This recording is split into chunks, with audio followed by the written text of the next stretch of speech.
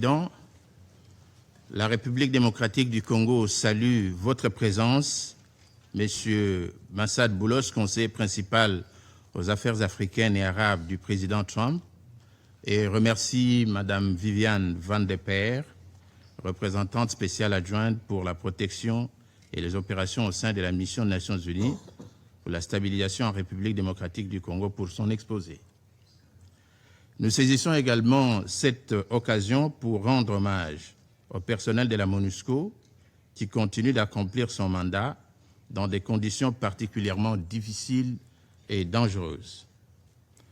Permettez-moi également, au nom de mon gouvernement, d'adresser mes condoléances les plus sincères à la France, aux Nations Unies, à la grande famille humanitaire ainsi qu'aux familles biologiques de 4 personnes fauchées dans l'incident du 11 mars 2026. Il s'agit notamment de Madame Karine Bisset, ressortissante française, cadre de l'UNICEF, qui a dédié sa vie au service de l'humanité, ainsi que de 3 autres citoyens congolais. Mon gouvernement suit de très près la situation. Des vérifications sont en cours afin d'apporter la lumière sur les circonstances exactes ayant conduit à cette tragédie survenue à Goma, une ville actuellement sous contrôle du M23, appuyé par le Rwanda. Pour la République démocratique du Congo, la protection des populations civiles et du personnel humanitaire demeure une priorité constante. Monsieur le Président, je n'aurais pas souhaité intervenir à ce stade, surtout après la prise de position de A3 dont nous faisons partie, mais entendre la déclaration du représentant du Rwanda, je me sens obligé de dire quelque chose au titre national. S'associant à la déclaration donc faite par les A3, la République démocratique du Congo exprime sa profonde indignation face à la poursuite des hostilités dans l'est de son territoire, en violation flagrante des engagements pris dans le cadre des processus de Washington et de Doha. Le rapport du secrétaire général est sans ambiguïté. Les offensives du M23 se poursuivent avec le soutien des forces de défense rwandaises. Ces faits établis au plus haut niveau des Nations Unies confirment une violation grave de la souveraineté et de l'intégrité territoriale de mon pays. Sur le terrain, cette coalition M23 RDF continue d'occuper des localités congolaises, d'y établir des administrations parallèles et de menacer de nouvelles avancées militaires.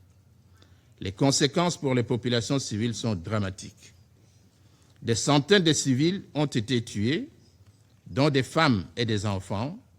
Des millions de personnes ont été déplacées et des violations graves et massives des droits humains continuent d'être documentées. Le M23 étant identifié comme le principal auteur de ces abus. À Goma et à Bukavu, et partout sur les territoires contrôlés par les forces rwandaises, l'espérance de vie des jeunes Congolais est passée de 24 heures. Un véritable génocide qui mérite d'être arrêté. Ces actes ne peuvent être relativisés. Ils ne constituent pas de simples incidents, mais des violations graves du droit international et une atteinte directe à l'autorité du Conseil de sécurité. Dans ce contexte, la République démocratique du Congo appelle à la mise en œuvre immédiate, intégrale et sans concession de la résolution 2773, notamment le retrait des forces de défense rwandaises du territoire congolais et la cessation immédiate des hostilités par le M23. Le respect des décisions du Conseil de sécurité ne saurait être optionnel. La République démocratique du Congo tient à réaffirmer l'importance centrale de la MONUSCO comme pilier de la protection des civils et de la stabilisation. Dans la phase actuelle, son rôle dans l'architecture du cessez-le-feu est déterminant. sa participation au mécanisme conjoint de vérification élargi, son appui au mécanisme de suivi du cessez-le-feu et de ses contributions techniques constituent des éléments essentiels pour assurer la crédibilité du processus.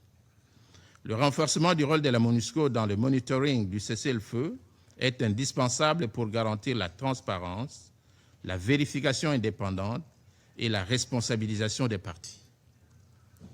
À cet égard, mon pays insiste sur la nécessité de garantir la pleine liberté de mouvement de la mission, la levée de toutes les restrictions dans les zones sous contrôle du M23 et la mise à disposition de ressources adéquates pour lui permettre d'exercer pleinement son mandat. La République démocratique du Congo réaffirme par ailleurs son engagement constant, sincère et de bonne foi dans les processus politiques en cours. Nous restons pleinement engagés dans les processus de Washington et de Doha, ainsi que dans l'ensemble des initiatives régionales et internationales visant à parvenir à une paix durable. Nous réitérons notre adhésion pleine et entière à la médiation conduite par l'Union africaine qui demeure essentielle dans la recherche d'une solution politique. À cet égard, nous saluons le rôle du médiateur de l'Union africaine, félicitons le médiateur togolais pour ses efforts soutenus, ainsi que l'ensemble des facilitateurs et partenaires engagés, notamment l'Union africaine, les États-Unis, le Qatar et les organisations régionales. Nous appelons à redoubler d'efforts, à renforcer la coordination entre les différentes initiatives et à maintenir une pression constante sur les partis qui persistent à violer leurs engagements. La République démocratique du Congo prend également note avec satisfaction des mesures adoptées par certains partenaires internationaux, notamment l'Union européenne et les États-Unis, à travers des sanctions visant des responsables impliqués dans la déstabilisation de la région.